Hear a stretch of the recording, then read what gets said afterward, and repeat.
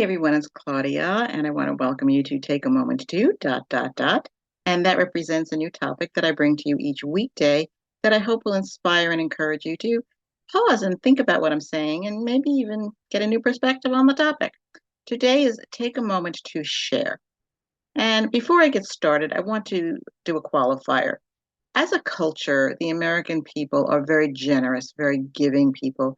We always step up when there's a need, whether it's through tragedy, a disaster, people in need, it doesn't matter. As a culture, we step up and we help, whether it's our country or even overseas. We are there. But I want to talk more about on a personal level, our personal lives.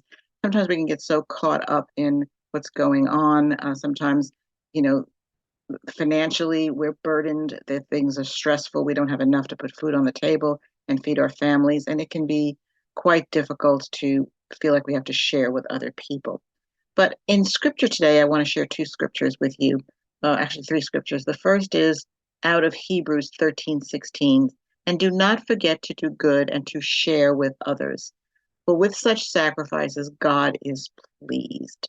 We have to step outside of ourselves, and even though this is saying that if there was a box and we looked at everybody else's troubles, we would keep our own.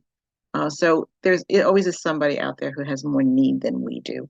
So it's to step outside of ourselves and to help. And it has to come from the heart. The other scripture I want to use is out of 1 Timothy 6:18. Command them to do good, to be rich in good deeds, and to be generous and willing to share.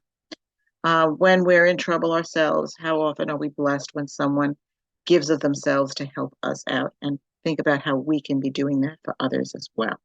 And lastly, there's a scripture out of Mark 16:15, and this is Jesus talking.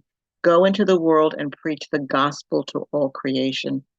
One of the greatest things we can share is the good news of the gospel to the world, to others, to share Jesus, to share the truth of Jesus, the salvation of Jesus.